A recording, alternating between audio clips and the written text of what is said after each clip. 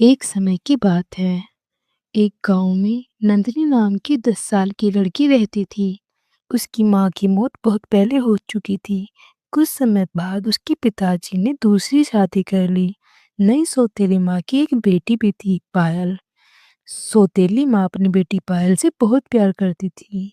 वह नंदिनी से भी प्यार करने का दिखावा करती थी। जैसे ही कुछ समय बाद नंदिनी के पिताजी काम से शहर गए, तो नंदिनी की सौतेली माँ ने अपना असली रंग दिखाना शुरू कर दिया। वह हर दिन नंदिनी से बहुत काम कराती थी, जैसे सुबह उठकर जल्दी पानी भरना, बर्तन धोना, घर साफ कराना। जबकि पायल पूरे दिन खेलती रहती थी। वह नंदिनी से थोड़ा सा नहीं पर पूरे घर का सारा काम कराती थी। अगर नंदिनी थोड़ा भी आराम कर लेती तो सौतेली माँ गुस्से से कहती, तू इस घर पर बोझ है। ये शब्द नंदिनी के दिल को बहुत चोट पहुंचाते थे। एक दिन कड़कती ठंड, और ठंड में नंदिनी से बेचारी से एक बर्तन टूट गया। उसकी सौतेली माँ ने नंदिनी को घर से बाहर निकाल दिया। बहुत ज्यादा ठंड पड़ रही थी। नंदिनी को बेचारी को घर से बाहर खड़ा कर दिया और सौतेली माँ गुस्से से चिल्लाई, आज तू इस घर में नहीं रहेगी। और उसने नंदिनी को ठंडी रात में घर से बाहर निकाल दिया। नंदिनी बेचारी दरवाजे के बाहर बैठकर रोने लगी। ठंडी हवाएं चल रही थी। उसके पास न कंबल था, न खाना था। बेचारी भूखी थी। सारा काम कर कर बेचारी घर में बर्तन टूटने से बाहर निकाल दी गई। तो बेचारी नंदिनी अपनी माँ को याद कर कर कर रोती रही। तभी गांव से गुजर रहे एक बूढ़े आदमी ने देखा कि बेचारी नंदिनी अपने घर के बाहर बैठी हुई रो रही है। वह बेचारी नंदिनी के पास गए और बोले कि बेटा, तुम इतनी कड़कती ठंड में बाहर क्यों बैठी हो। नंदिनी ने बूढ़े बाबा को सारी बात बताई और बूढ़े बाबा बेचारी नंदिनी को अपने घर पर ले गए। उन्होंने नंदिनी को पहले आराम से चुप कराया और उसे खाना खाने को दिया और कंबल ओढ़ाया। बेचारी नंदिनी न जाने ऐसा लग रहा था जैसे कितने वर्षों बाद इतना अच्छा खाना खाकर चैन की नींद सोई है। कुछ समय बाद बूढ़े बाबा ने नंदिनी को अपने घर में रखा। उसे अपने घर वापस नहीं जाने दिया। जैसे ही नंदिनी के पिताजी काम से वापस आए, तो उनने पूछा कि मेरी बेटी नंदिनी कहाँ है। नंदिनी की माँ ने बताया कि वो तो घर छोड़कर भाग गई, मुझे नहीं पता वो कहाँ पर है। बेचारे नंदिनी के पिताजी बहुत परेशान हुए। उन्होंने नंदिनी को हर तरफ ढूंढने की कोशिश की। तभी गांव वालों ने बताया कि तुम्हारी पत्नी बेचारी नंदिनी को बहुत परेशान करती थी।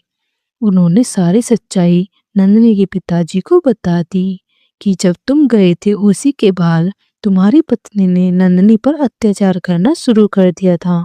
वह छोटी बेचारी सी बच्ची अत्याचार कब तक सहती। एक दिन उसे उसने घर से बाहर निकाल दिया। वह कांपती ठंड में घर से बाहर थी। तभी उसे गांव के बूढ़े बाबा अपने घर ले गए थे और उसे अपने घर पर ही तभी से रखते हैं। नंदिनी के पिताजी उस बूढ़े बाबा के घर पर गए। उन्होंने कहा कि मेरी बेटी कहाँ है। तभी बूढ़े बाबा ने कहा कि जब तुम्हें अपनी बच्ची को पाला नहीं जाता तो ऐसे रखना ही क्यों होता है। तभी बूढ़े बाबा ने सारी बात बताई कि तुम्हारी पत्नी ने बेचारी इतनी अच्छी बेटी के साथ इतना गलत किया है। नंदिनी के पिताजी की आंखों में सारी बात सुनकर आंसू आ गए। वो है अपनी बेटी नंदिनी को लेकर घर गए। घर जाते ही वह अपनी पत्नी से बोले कि ये तो खो गई थी, लेकिन यह तो 1 महीने से गांव के बाबा के पास थी।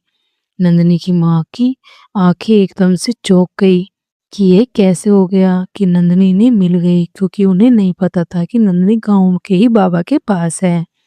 उन्होंने नंदिनी के पिताजी से झूठ बोलने की कोशिश की, लेकिन नंदिनी के पिताजी ने नंदिनी की माँ को जोर से थप्पड़ मारा। यह सब देखकर नंदिनी को दुख हुआ। उसने कहा कि पिताजी, मेरी माँ को मत मारो। यह सब देखकर नंदिनी की माँ की आंखों में आंसू आ गए कि मैंने नंदिनी के साथ इतना गलत किया है, फिर भी वो कह रही है कि पिताजी मेरी माँ को मत मारो।